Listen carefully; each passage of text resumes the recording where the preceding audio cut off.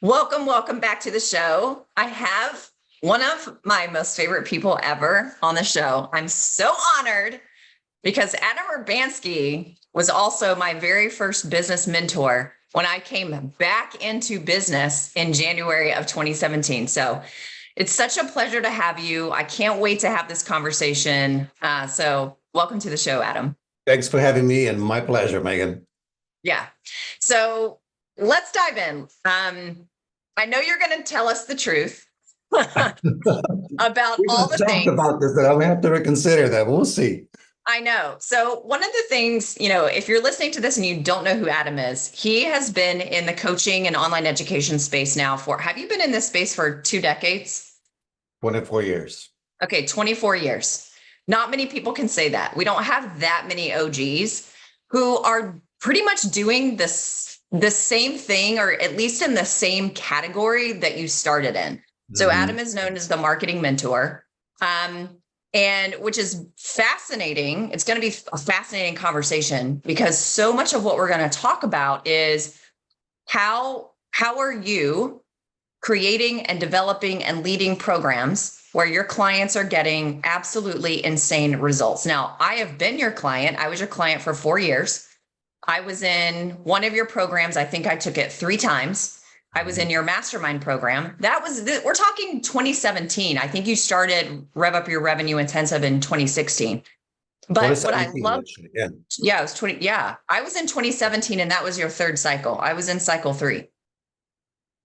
So I always thought we started in 2017. So we started in 2016, I guess so. Yeah, because I joined in the end of January 2017. That group started in February. Yeah. Okay. I was round 3. Yeah. So I think you had to have started the end of 2016. And you were in a game that we still talk about. Number 3 is like a historical game because you guys were phenomenal, just phenomenal group of people. And we're about to actually in 2 weeks, we're starting game number 44. I was going to ask you, what are you on? Yeah, 44. So last 3 years. Yeah, last 3 years, we only do about 4 games a year. There were a couple of years we did 14 in the year. I was like, okay, that's a little crazy. That's crazy. Yeah.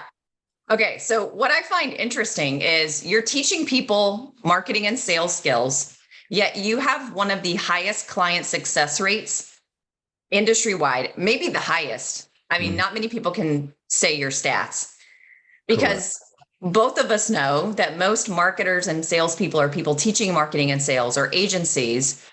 I mean, I've been behind the scenes of a lot of very large scale companies. To be quite frank, a lot of people don't care that much about the success of their clients. They're not scrutinizing or obsessing over the value that they're providing to their customers. So I'd love for you to just kind of unpack your perspective. You are a marketer. It is what you're teaching people, yet you also are obsessive, literally, over how successful your clients are. Yeah. How do you do that? What's your approach to that?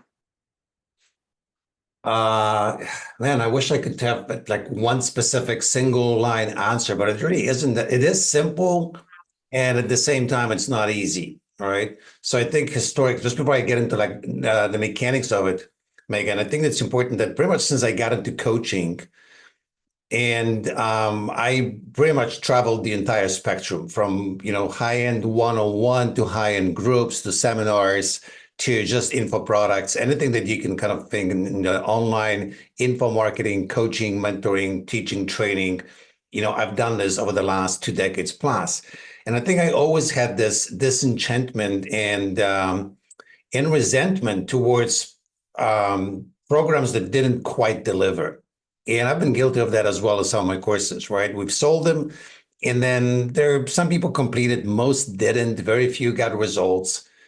And I think I always had problem with that. And as time went on, I really became disenchanted and dissatisfied with the status quo. And so I always thought it was 2016, but I guess in 2015, I pretty much just killed all my programs. We put them in a vault, stopped selling them, and I'd waited for the clients that were in the annual cycle to kind of complete the cycle. And I gave myself the time to look at, what do I want to do next? I seriously thought, I'm done with marketing. I don't want to do this, but that's at the same time my baby, and not as in I love teaching marketing and sales, but I love what it can help do for people, right? So that's the actual passion behind it. And in the process, I started looking at what did our best clients do? What do we actually help them do? Number one, who were those people? That's really important. And if we get a little bit deeper into this, this will become an important factor, like getting crystal clear, who can you actually help? What do they need to bring to the table? Because people may come with the same goal, but based on a starting point, they may not be a good fit. So that's really an important point. So who were the clients that we were helping the most? What was different about them, and what we were actually specifically helping them accomplish.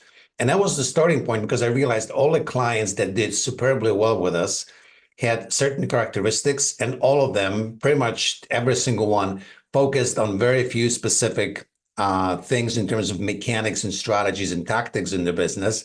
And then the rest was just taking action. Right. So that's kind of what I focused on with Revenue Rev Up. How do we replicate this, not for one or two clients, but for every client that comes on board? How do we create those perfect conditions? Meaning we select the perfect client. B, we create the structure where they focus on just the handful of key activities that really make a difference. And C, how do we support them with fanatical implementation? Right? Literally helping them and teaching them to guard themselves from all sorts of distractions and go, those are the few things that actually make a difference. Do that first. Everything else doesn't matter. And that was kind of the birth of the program. And to this day, we haven't changed it. Right? If anything, I'll actually tell you something. The last we have changed. And now we look back to the very beginning, because I realized we just bloated the program and added things that weren't necessary. Right. So if you want to come back to something, there's the word heuristic learning, like we all heuristic learners, meaning we don't learn to walk and talk by going to a course. We just start taking steps or uttering syllables and sounds as kids. And then based on feedback and based on observation, we keep improving. Right. No one becomes an Olympic runner day one. We usually crawl backwards. And then we learn to take a first step, wobbling and bumping our head. But in business, for some reason, or many activities that we try to learn as adults, we want to just take a course and kind of be good at it. So the key activity is allowing people this heuristic process in business, where it's like do something imperfectly, but get it done and learn from it, and then keep improving in small increments. And that is a phenomenal process. So we started adding more education, robbing people of that heuristic approach. And then I realized, wait a second, now we just became like every other course where we just have a bunch of education. People are busy educating themselves, but the point isn't to learn. The point is to do, because learning doesn't produce result. Doing produces results. So, all right, shut me up, because I can talk for hours on a single question. Okay. I love that. Well, I also love that I was a client of yours, and I did RRI, which is, for anyone who doesn't know what RRI is, it stands for Rev Up Your Revenue Intensive. It's basically a 90-day game. And I remember when I came back into business in January of 2017, this is how I found you again. So Kristen Thompson was my first online business coach way back in 2012. I went to one of her live events in 2012 or 2013. You were her coach at the time. You were the keynote speaker on her stage. I was sitting in the front row, got on your list. Fast forward, I went and worked for Divine Living. I was there for 4 years, director of client experience. When I came back on the scene, I opened up my personal Gmail account, and it had over 80,000 emails, because I never checked it for 4 years when I worked at Divine Living. And I was like, okay, who's still in the game? Who's still doing the thing? Let me see whose list I was on. And I looked you up. You were in my email inbox. And lo and behold, I had this email from you about you were hosting a webinar, and it was all about generating leads and generating clients. And I was like, well, I need that, because I had this very specific goal when I came back into business. And my first goal, this was before I joined RRI a few weeks later, it was to make $60,000. And I wanted to make $60,000 in 90 days, because I knew I had to, based on, I just left a job where I was getting a paycheck. I knew how much money we had in our bank account, blah, blah, blah. And I knew that's what I had to bring in 90 days. And I was like, I can work, but I've got to have some support. I go to your webinar.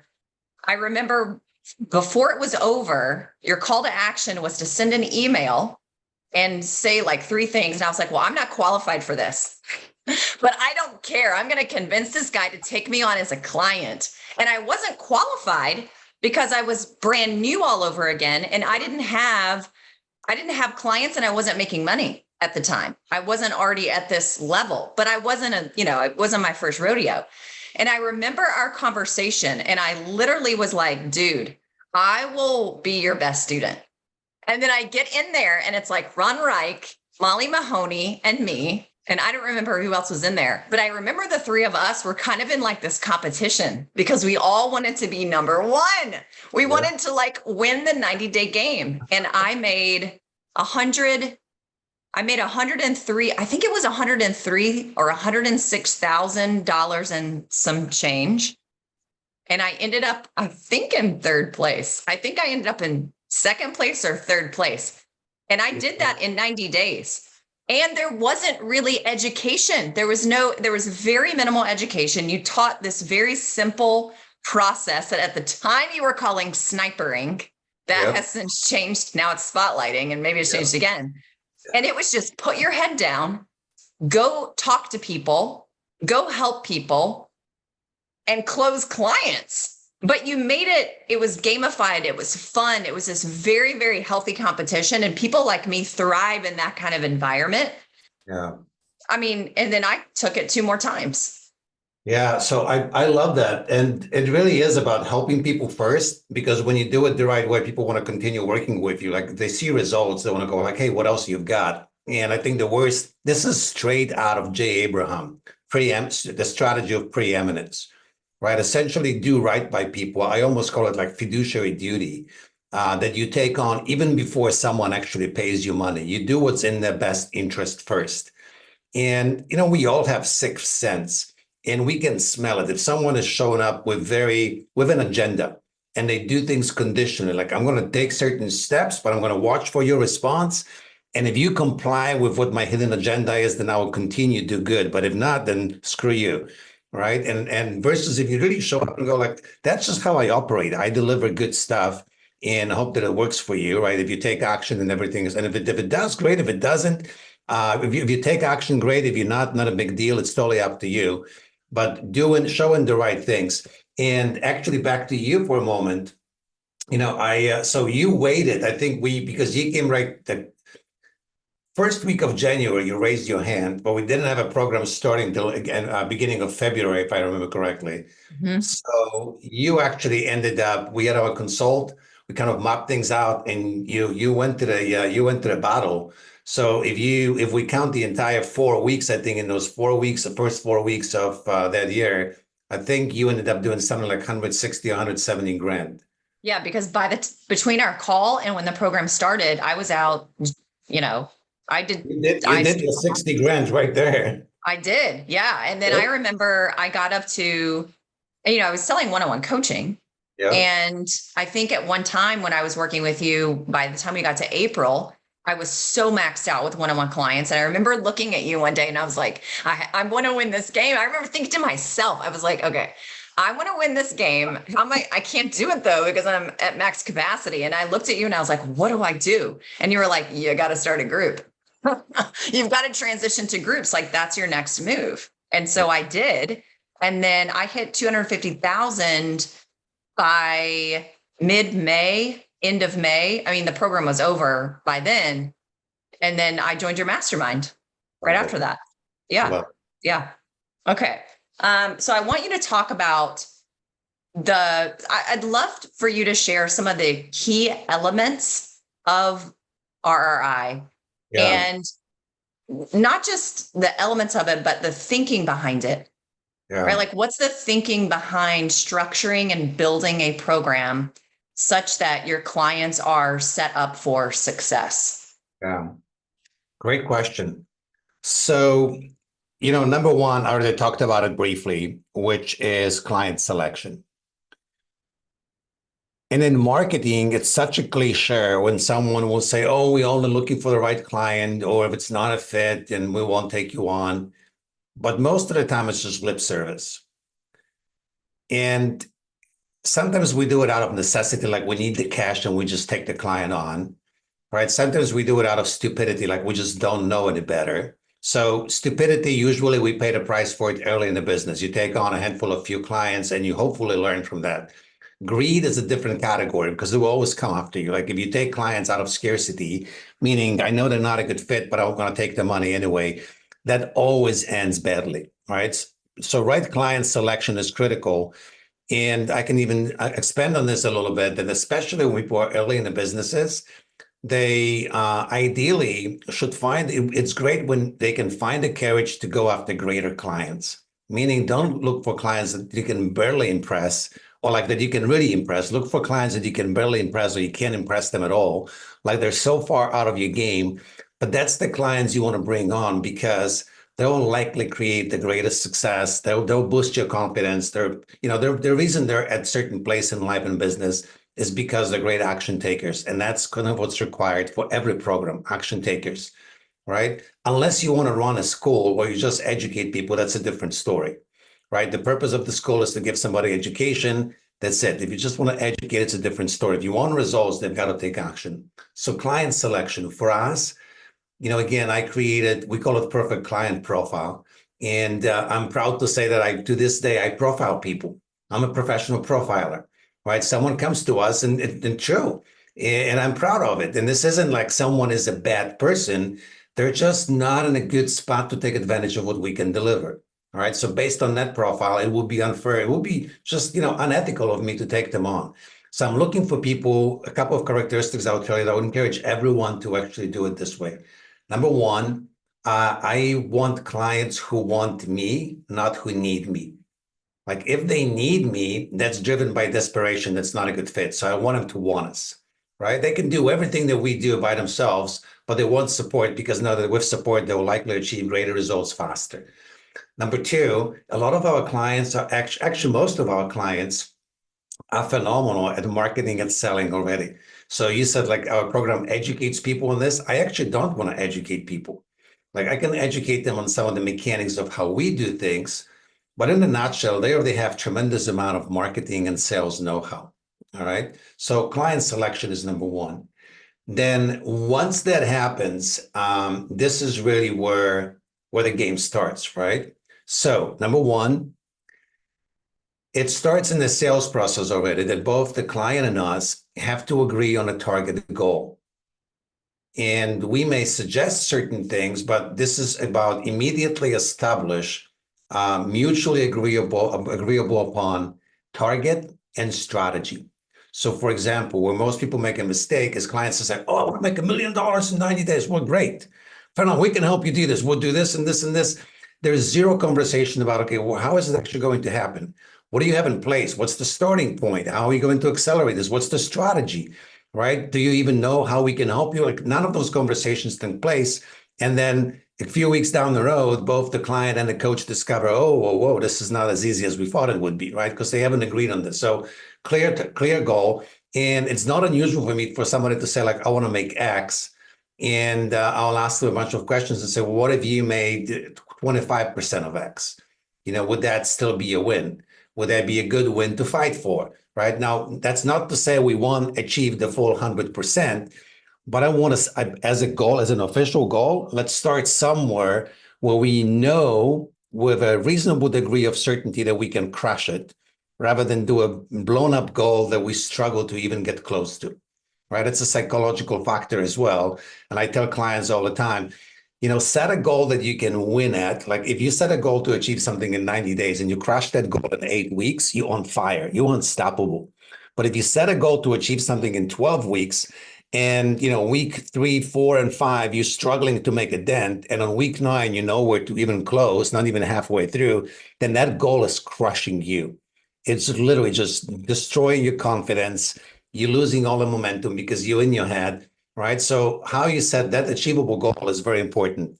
And then the next part is what's the strategy to reach that goal? To actually know mechanically, what are you going to do?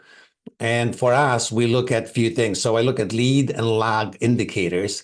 That's not necessarily my terminology. I think that's from a book called Traction. But to me, that financial goal, by the way, even though we say the word goal, it actually isn't a goal, it's an intention, because that's all we can do. We can set an intention. The goal is what's your daily and weekly activity that will actually support you in achieving that goal? And is that daily and weekly activity doable? Right. So if that weekly and daily activity is not doable, then we will not reach that goal. And that happens right in the sales process. And we start looking at, do we both agree on this? If yes, great. We will solidify that strategy once we start fully working together. But if we don't see that strategy in the sales process, what's the point of getting together? I can't help you. Right. You'll be disappointed. You have unreasonable expectations. I'll be pushing you harder than you want to go. That's not how it works. That's not a win-win recipe. All right. So that actually brought me to like those key ingredients: clear goal and specific achievable action steps or lead indicators. What do you need to do? What are like the go-to 3 daily activities that if you do them, there is a very high probability of you achieving that goal just by the fact, like if you take 10 steps every day, every week you're going to walk 70 steps. That's just so predictable, right? You don't have to guess. If you do 10 steps every day, if you miss one day, then the next day you have to do 20, or the next 2 days you have to take 15 to make it up. But if you want to do 70 steps every week, you have to take 10 steps every day. There's no magic behind it. It's just simple math. All right. And then next part, so for us is those daily activities. How do we make them reasonably enjoyable? Yeah. Right? I mean, most people don't start their own businesses to be business builders, business developers, marketers, and salespeople. But it's also because they have a massive misconceptions what those activities mean. All right. For me, marketing equals education. Sales means actually coaching, consulting, advising. That's all there is. The process starts right there. And that's what most people actually love to do: consult, advise, teach. So if they understand that sales process is that, then it's a lot easier to get involved in this. So the next part is accountability and tracking. That's another big part, right? So someone much smarter than me said, if you want to grow something, you've got to track it. If you want to grow it exponentially, you have to measure and track. If you want to grow exponentially, measure, track, and report. That's the big difference. So you have to measure on a regular basis, track all of this and report it. And you have to have a cadence to this. So for us, it's a weekly cadence. Every week you have to report your numbers. And so like on a personal side, this is totally aside from the game. But for my entire life, I pretty much track anywhere from 5 to 7 activities daily. 5 is kind of a standard. Sometimes I'll take an extra 2. And I don't track them on weekends, but I'll track them on weekdays, right? And it's a yes or no. And that's kind of how we consider tracking in a game, a little bit differently. But to give you an idea what I mean by yes and no.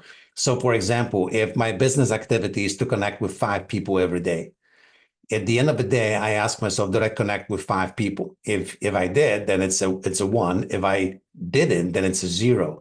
But there's an interesting thing. So what happens if I connected with 4 people? It's still a 0 because my goal was 5, right? So it isn't like, well, I kind of did, I didn't get, no, it's a 0. My goal was 5. So that's a very clear, very specific. When you think about SMART goals, I actually looked at everything that's under my control. That's SMART. Very specific, very measurable, very achievable, very on target, very time-bound. Every day that I reach out to 5 people, yes or no. So now when I do this, at the end of the week, I've got 5 points, right? So if I track 7 activities, I should have 35 points. And if I don't, then I have a score. How well did I do? Out of 35 points, how many did I score? And then each of those 5 or 7 categories, where did I do well versus where do I struggle? Because some activities, so I'll give you my personal example: work out every day, because it's the first thing that I do, no problem. It's a consistent one for as long as I can remember. But there will be some other activities, for example, like outreach, which may happen later in the day. And I'll go like, well, I did it 3 times this week. I didn't do it 5 times. It's like, okay, what's up with that? How can I get to 5 times? Is 5 too big of a number? Should I say 3 a day and then crush it? And then if I crush it for 90 days, let's go to 4 a day. So it's like this mental game, but helping people really develop more of a habit where they kind of take it on as an identity and their personal characteristic and trait rather than something that I do for a short while. And then, sorry, I don't do it anymore because that just was too hard or it wasn't me or whatever. I'm rambling a little bit. Does that make any sense what I'm sharing? This makes so much sense. I have so many questions I want to ask you in my filed in my brain right now. So I'm going to go with this one first. You use the word accountability, that was one of the big pillars of your program. I hear a lot of coaches and business owners bash accountability because there's this misconception that because we're all working with adults, that you should know how to hold yourself accountable. And you don't need to buy my program for me to hold you accountable. And then it starts even getting into the person thinking or the business owner thinking like, well, now I have to hold your hand. I'm not here to do that. Or now I have to babysit you. I'm not here to do that. But accountability is a massive pillar that's leading to the success of your clients in your program. What is your take on the accountability conversation and if it should be woven into coaching and online education programs? Yeah, so to answer that last question, it absolutely should be. And my take on it, very simple to prove to every single person that listens to our conversation right now. So every single person that listens to this knows that they have to do certain things in their business, whatever it is. Could be reaching out, could be sales, could be developing more content, could be creating new course, whatever it is, right? They either want to do this or they know they should be because the business depends on this. And then for whatever reason, they're not doing it. Why not? And then I'll go farther and go like, all right, so my take on it is that every single one of us business owners already has one most important client, which is ourselves, right? So we book meetings or time to work on projects for our most important clients. Where is that time? Again, I'm speaking now to our listeners or viewers, right? On your calendar, where is the time you schedule to meet with yourself and think strategically? Where is the time on a calendar that's blocked for you doing your marketing activities? Is it scheduled? And if it is, by the way, how often do you end up canceling those meetings or allow something else to get in the way because something else became more important, right? Or you were too tired and you kind of went like, yeah, I'll get back to it tomorrow. So let me just reschedule for myself, whatever. Or your own to-do list where you say like, I'll do this today. And then day, week, months go by and you just keep putting that to do from day to day to day. That's all accountability, right? If you had a job, a high paying job, and many people listening to us, I don't care how big of a team they have, chances are a lot of the business still depends on them. So it is kind of a high paying job as a business owner. If someone else was your boss and you had to complete a project by Friday afternoon or you fired, it would be done. But we don't have that ultimate accountability. We don't have that threat in our businesses. So we let ourselves off the hook for all sorts of reasons, right? But the fact is we need a little bit of outside pressure that helps us be accountable to ourselves and our own commitments to ourselves. So when you have clients who are not adhering to your accountability standards, they're not filling out their weekly report. I remember that report. Is it still public, by the way? Is it still public to okay, yeah. I loved that part of it. Public Some people don't. A small group of people that gets to see. It's not public to the world. Yeah. Public to the people in your game, the 8 or 10 or 12 people playing your game, which is very confronting to certain people. I found it very motivating. But how do you approach clients who you find are resistant to that, or they're not doing what you've asked them to do that is going to lead to the result they say they want? How do you and your team handle that? Upfront agreements. So this is, by the way, a huge lesson that I'll show you a couple of nuggets how to run the programs. Number one, we do essentially 3 onboard calls with every client. All right. One is 2 of them are one-on-one and one is group. That's actually essential to creating the results we create. One is very basic admin onboard, which is just to confirm the client knows, what's going on, where to find things, how to access resources, where to show up, when, et cetera, et cetera.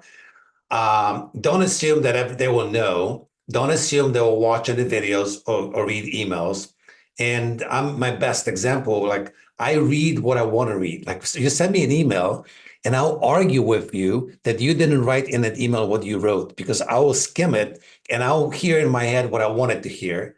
Right. So I figured the best way is like get somebody live on Zoom, do screen share. If you want them, for example, to have business development time, you do screen share, you have them open your Google Calendar and go like, all right, let's look at your Google Calendar. When are you going to do your business development time? Let's put that on the schedule. Let's block that right here, right now. That's it. It's done. Don't just tell them go do it and say and hope they'll do it. Do it right there and then, right? So that's admin.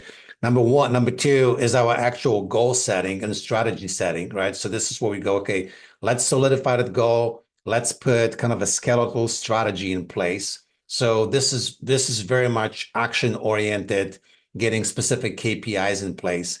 And then the last one, the group one, this is our kickoff call, right? Most people will leave it to the recording because it's just so inconvenient, right? You don't want to waste everybody's time to go through a bunch of logistics, so to speak. For me, that's the psychology of the program.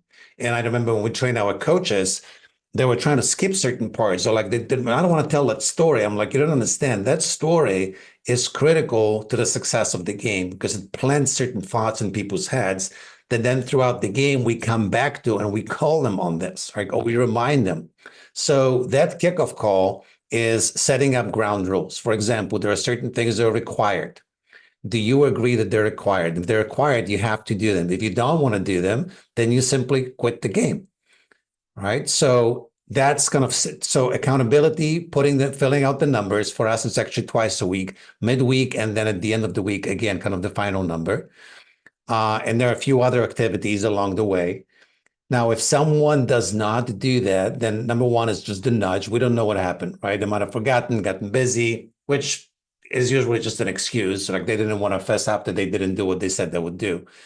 But then the critical part, Megan, is renegotiating and addressing agreements, not humans, right? So it's not like, oh, you bad person, you avoid, or you're telling me story. It's like, no, look, our process needs to be done twice a week. We agreed upon that. Can you honor that agreement? Are you still in the place where you can honor that agreement? That's it, right? So we keep going back and we clarify and renegotiate agreements without blaming anyone for it. There's no blame. It's just, okay, for some reason, that agreement has been broken. We need to go back to it, fix it up, and agree to stick to it again. Can you do that? If yes, we continue. If no, if we can't renegotiate and mend the agreement, then the game is broken. You out. It's just that if you don't want to do this, that's fine. But since you don't want to follow the rules of the game, you out of the game. Yeah, because you're basically not going to get results if you don't follow the rules of the game. That's simple. Yeah. Okay. Something else that I've noticed about you at the time, I've known you personally for the last 8 years, and something that I've noticed is that a lot of your clients, even from like 10 years ago, 15 years ago, 20 years ago, they will still come back and work with you today. I came back into RRI. I didn't take RRI. I didn't do 3 games consecutively. I came back a year later or a year and a half later after that. I'm pretty sure I did 3 different ones. You have a lot of repeat clients. I know some people will do the 90-day RRI game consecutively, but then you also have people, I see your social media posts. I know a lot of those people, and I'll see people commenting on your posts, and I'm like, gosh, they were a client of his like 10 years ago. They're coming back into RRI now. What's your, not that it's a secret, but what is your secret to clients continuing to want to work with you or even exiting your ecosystem and coming back? Because that's the dream for so many service providers, and they cannot figure out how to do it. Yeah. Where do I even start with this? So number one, kind of as a business owner, is setting that intention. So, for example, for us, even when we work with clients today, I very consciously teach that business model. That's, for coaching businesses, there are only so many effective ecosystems that you can build, and they fluctuate over time a little bit, right? So, for many, many years, we were in this high ticket, it was thriving. Now we're in the place where even lower ticket entry programs are back, back in popularity once again. So whatever you've got a point of entry for us, I'm still of the mindset that I love high ticket front offers, right? So that's it. And then for back end is high ticket monthly recurring revenue. So it's high-end offers, but monthly recurring, right? Don't require people to pay large sums up front. Allow them to just continue staying with you. So that's a business model. So that's number one, like being clear what your business model is, right? Number two, once you're clear on this, how do you actually make it work? So you can't fudge results. I mean, you can on a social media, you can tell people whatever, but internally with clients, you can't make shit up. They see what's going on, right? So if you can't help clients produce results consistently, they just won't stick around. I don't care what you offer them. There's no point for them to stick around. Like everybody is in whatever programs because they get some outcomes that they want out of it. So it's really figuring out what are those outcomes, continually coming back to that initial point I shared moments ago, which is what's your goal? What's the strategy? Let's continue working in that cycle. Like once you reach certain goal, what's the next goal? What's the action step to get there? So that's really one part. Another part, Megan, when I started the RRI specifically, and I think it wasn't until like game 5 or 6 where someone asked, well, hey, can I play the game again? And I must have I wish I could see my face when they asked that question because I must have looked very confused. Because I was like, yeah, why would you want to do that? It's like, you know all the tricks. I haven't changed anything, right? So I always thought that the element of keeping people on the toes, kind of uncertainty, there's a lot of surprises, twists in the process. Once they know it, why play the game again? It's boring.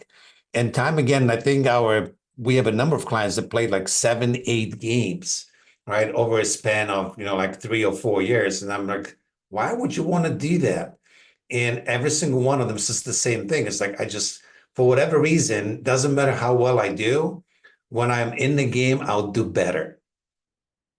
And True. it's the process of a little bit of public accountability. You see, we're just talking about accountability. Even high achievers left to our own devices, we just cut ourselves a little bit of slack.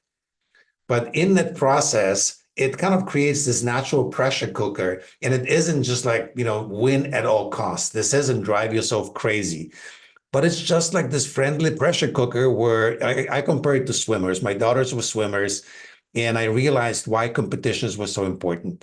Because you can have a phenomenal swimmer. If the person swims on their own, they think they're great. But now you put them to another swimmer, lane by lane, and suddenly somebody smokes them and they go, whoa, wait a second, someone is actually swimming faster than me. I better get my stuff together. That's what happens in ROI. Somebody thinks I'm doing great as I can. And then suddenly go like, wait a second, this person looks way more out of shape than me. They don't have a bunch of stuff in place that I have, and yet they're smoking me. What's going on in here? So it forces you to reconsider your thinking. It forces you to reconsider your behavior and modify it to achieve different outcomes. And you don't need to read books on this. You observe yourself daily behaving in a certain way, go like, oh, wait a second, that isn't working. I got to change that. And that's the magic. Yeah. No, it is. And I don't know the personality or tendencies of the majority of people who you're attracting, but if they're anything like me, and I'm sure some people who work with you are, the 90-day game is very structured. And there are certain kind of people in the world. I'm one of those people. I thrive in structure. Mm-hmm. Like if I don't have structure, and let's just talk coaching programs, even if it's a one-on-one coaching program, if I'm showing up to the call, especially if it's mindset coaching, and you're just like, so give me an update. How's it been going?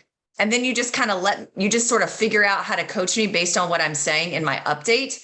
Oh my gosh. Like, no, that does not work for me because for me, it's like, oh my gosh, I'm paying you all this money.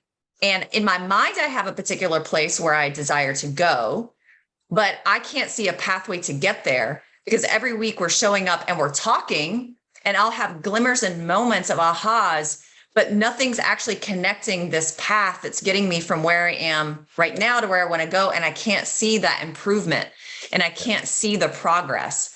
And what ROI does for people is it gives them structure, it holds them accountable, that every single day, Monday through Friday, and then obviously every single week, the client is able to see with their eyeballs and track improvement and progress. Even if you're not at your goal yet. I mean, I remember my goal in your program the first time I did it, and you said to me, there's always got to be one in the group. My goal was $250,000, and it was way more than what anybody else said. Mine was like $150,000 more than anybody else. And remember, I was like brand new coming back. But at a certain point in the game, like halfway through, I realized I'm probably not going to make $250,000. Like that's probably not going to happen. But I was still seeing growth. I was still seeing progress. So I wasn't in my head the whole time thinking like, well, this is a waste of time because now I'm not going to hit my big goal and this program isn't valuable. And that's one of the things that I see often with clients inside of other people's programs is that the program could actually be valuable, but the client doesn't perceive it as valuable. Just like the example I gave with mindset coaching, I was not perceiving it as valuable, even though there's a lot of value to it. I just always saw such insane value to yours because it was structure. And to your point, I got to tell this quick story that goes along with what you just said. We do all think we're amazing in private. So I was a competitive tennis player as a young person. And my brother was a baseball player. He ended up playing professionally. So I was very much in a athletic, push yourself, hustle, grind. We had coaches, like all the things. I mean, we were elite athletes in our space and where we were from. And I walked away from tennis. And I think the last time I like really played tennis or did a tournament with somebody, I was probably 23 years old. I'm 42. I just picked tennis up again about 5 months ago. I found a coach who's a former pro, like top 150 in singles, top 100 in doubles. She's amazing, 2 years older than me. And I've done pretty good. I mean, I'm in a different body. It's 20 years later. Your brain, your hand-eye coordination, like all those things, you're in your mind, you think you're going to be just as good as you were, and you're not because it's 20 years later. Your footwork is slower, like all those little things. And so I've kind of been relearning the game and unlearning a lot of bad habits that I actually had when I was playing before. But I've only played getting lessons from my coach. So it's a lot of drills. You know, when you're practicing tennis, it's a lot of drills. You're not doing a lot of gameplay unless you're playing in a tournament. So last night, a friend of mine, who was a former client of mine, she reached out to me and she said, hey, do you want to go hit with our team? I think we could actually play some doubles together and do some tournaments. And I was like, oh my gosh, it's like my dream. Yeah, like, so I so want to get back into the competitiveness of tennis. She's 56. I'm 42. We go out there and play. And I actually did really well. But to your point, I think I've been doing pretty good playing with my coach and doing drills, like pretty good. I have a lot of power, all the things. But then you get into gameplay with another person who's been playing consistently for 20 years. And it's not that she's ranked higher than me. She's not. But it's like, oh, you know, you get into the game and you're like, wait, I'm not as good at these things. I'm not as good at these things. She's perfected this. Oh, you know, and you're exactly right. We kind of live in this little shell of ourselves and we think I think it's Ron Reich who always talks about some guy, I don't even know. And he's like, what this other person says, we all think we're a 10, but we're really operating at a 2. And it's so true. Yeah. It's so true. Absolutely. And, you know, I love the story because, yeah, it illustrates the thing that, you know, in a safe environment, it looks one way or feels one way, but then you have to have the courage to actually face reality. Like playing in a real game with someone. That's facing reality, right? That's putting your offers out there, that's launching courses. And a lot of people just are so afraid of that reality check And because of that, they're prolonged the struggle because they keep thinking, they keep living in a la la land, imagining how great it might be when one day they do this and it's going to be so perfect. But meanwhile, they don't allow themselves an opportunity to course correct things quickly if something doesn't work. And majority of the time, when you put things out for the first time, they won't work, not as well as you imagined that they would work, right? You've got to do course correction. And the second thing that's important out of your story that isn't native to me, I had to learn this and kind of install it in our program, which is sort of catching people and preventing them from beating themselves up too badly. All right, that's my MO. It doesn't matter how great I do, I'll find a little thing to beat myself up for not doing as well as it could have been done. Right now, always doesn't matter how great things are. And I always laugh that people will come and say, "Oh, I just had $1 million weekend," and I'll go like, "Oh, that's fantastic. Why didn't you do 2 million?" All right. And it's like, what an ass. Come on, just celebrate with someone for a moment. And then you go, all right, next time we do it, let's do better. But no, I immediately go in, no, you could have done better this time, but you didn't do X, Y, Z. So what you're referring to, describing that situation, oh, that person is better at this, oh, that person is better at this. When you have public accountability and you're reporting your numbers, it's very confronting.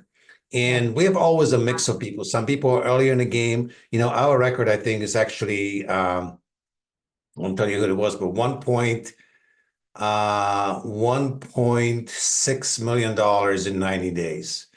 Then the next That's one the is most somebody made in one game. yeah. Then we had 1.1 and then 800. Those are like the three highest so far. And then it's like a lot of 350s, 400s, and then 200s and hundreds, obviously. But then you go into the game with someone that, what, they're earlier in the game and they just want to make $50,000, $75,000 in 90 days, right? So like this 25K a month. That's a great win for them. They've been making 10K a month. That's a phenomenal win. But now they're looking at someone that shows up and wants to make 350 and they're crushing it. And there's a really good chance that you will go in a downward spiral. Like, oh my God, I'm not as good as these guys have it. I don't know what I'm doing. So again, that's not my native skill to help someone say, stop it. You are where you are at. They're in a different place. They've got different things built in. You are here. Let's focus on what you can do to accelerate as fast as you can. And that's all you need to focus on. Everybody else, that's inspiration, but don't allow it to get in your head to judge yourself that you're not as good as. Because I think that's what a lot of people will do. And that's a danger when you have too much accountability that's public in the program. People will just start, again, beating themselves up too badly. And that's not a good place. Yeah. Yeah. I always looked at it as, I remember this. I would look at other people in my game and I would say, oh my gosh, if she can do it, I can do it too. Yeah. And that was always my mentality because it's just showing you what's possible. But I do remember people would get, just really down in the dumps because those people are being celebrated and this person over here is not reaching their goal. They can see what everybody's doing. It would just kind of take them out. Yep. I always saw it as it was a pull for me to step up my game because it would show me like, wow, I could step it up even more.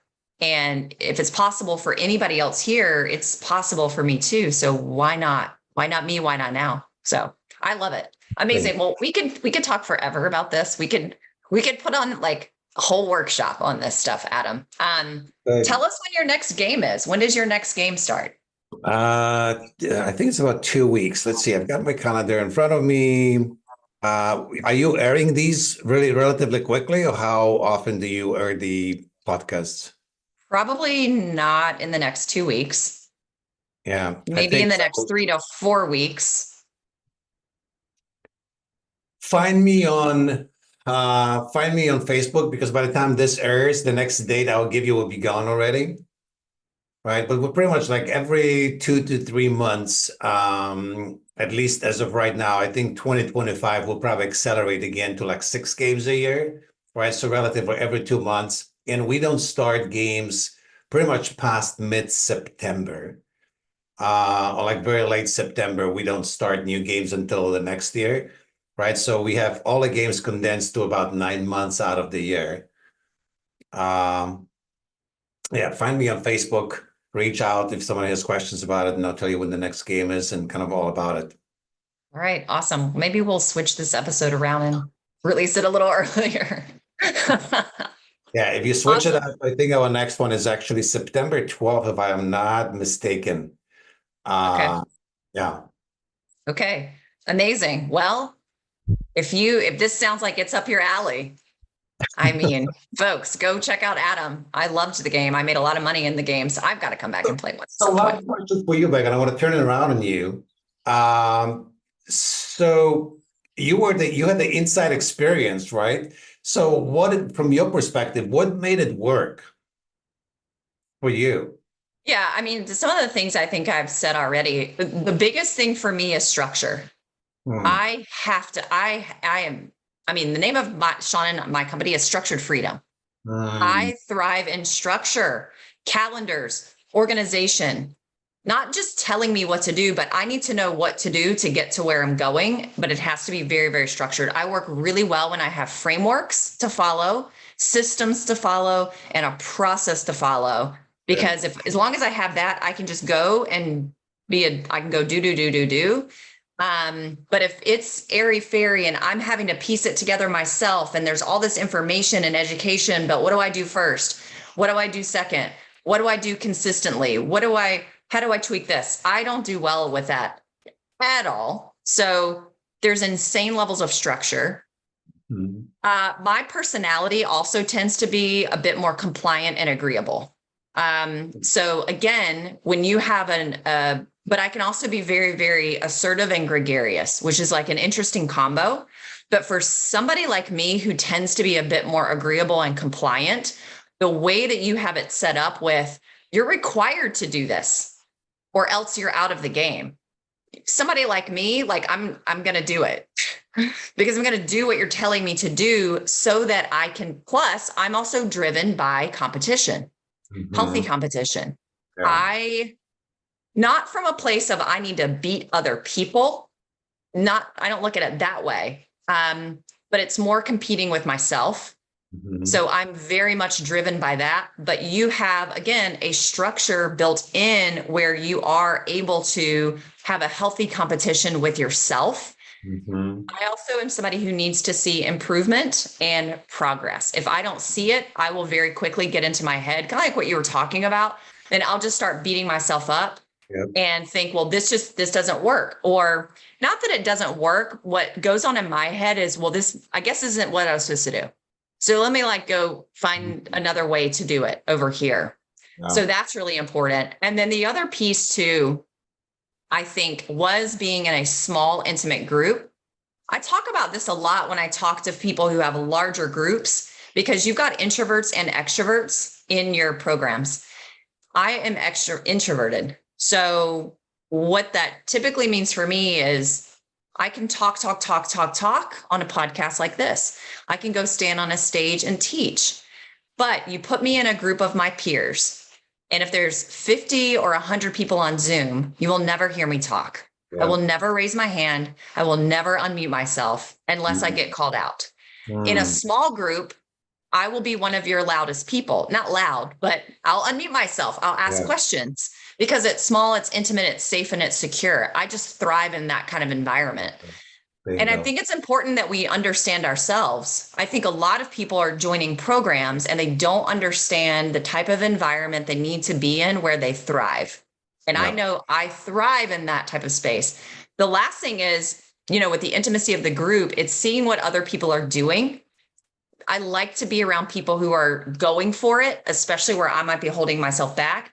And then you see it working for them and you're like, wait a minute, like that's available for me too. I'm just not receiving it. They're just letting themselves receive it. And so you've got a number of examples of people who have the same mindset blocks as you do, who have the same issues you have, who are experiencing the same challenges that you're experiencing, but it's like in your face that they're still doing it anyway and trusting the process. So I think the way you've set up all those elements, because there's a structure to it, but there's also this human element to it, where it's a community. It becomes a very tight knit community for that 90 days. And that's the other reason why I think people come back, because we all want this sense of belonging and community, and that's built into it as well. And you don't feel like a number because I don't know how many people you take, like 8, 10, 12. Yeah. You're not a number. Everybody knows you and everybody knows everything that's going on with you. So Wow. All of that. yeah. Man, I appreciate you sharing this because it's refreshing to hear it from a graduate student because like all those are all the things that make it work. And Mhm. you just articulated it so beautifully. So long ago after you played a game. So thank you for sharing that. Yeah, I still get people every once in a while. I used to see it more frequently, but every once in a while, I still get people who reach out to me to ask me about RRI and if they should do it. Because I think they Wow. saw that testimonial video I did years And ago. you still have it somewhere on the website. Yeah. Yeah. Yeah. And I've Wow. gotten on calls with people before and shared. Yeah. Wow. Yeah. That's awesome. I mean, it works. It Thank you. works. And I'm a product of that. So, yeah. All right. Well, everybody go play an RRI game with Adam Urbanski. Thank you. I appreciate it. By the way, you're not a product of that. You're a product of your own work. This was just a small tool that you used along the way. I just Yeah, make it. for sure. Yeah. Amazing. Well, thanks for being here, Adam. Thanks for peeling back the curtain and showing us not just your program, but your approach and your way of thinking and the way that you care so deeply. I mean, you don't keep a program around like that and continue to perfect it for 8 years if you don't care about the clients and the people who are saying yes and playing that game over and over again. So I appreciate your example in the industry. And thanks for sharing with us today. Thanks for having me. And one thing we did not mention, Megan, which I think we talked about a lot when you were in the program, and I want to leave with this. All the strategies and tactics aside, we always start with people first. All right. So it's like do right by people, show up with that intention to do right by everyone. And a lot of the mechanics will kind of figure themselves out. It's like if you don't know them, you can learn them. But you can't, I think that's the key thing. You can't necessarily teach someone to want to focus on people first. You have to have it or you don't. If you don't have it, nothing else will work really. That's kind of it. So Yeah, amazing. Well, thanks thanks so for much. having me. Until next time, everyone, remember to design a business and life that is built to last. Cheers.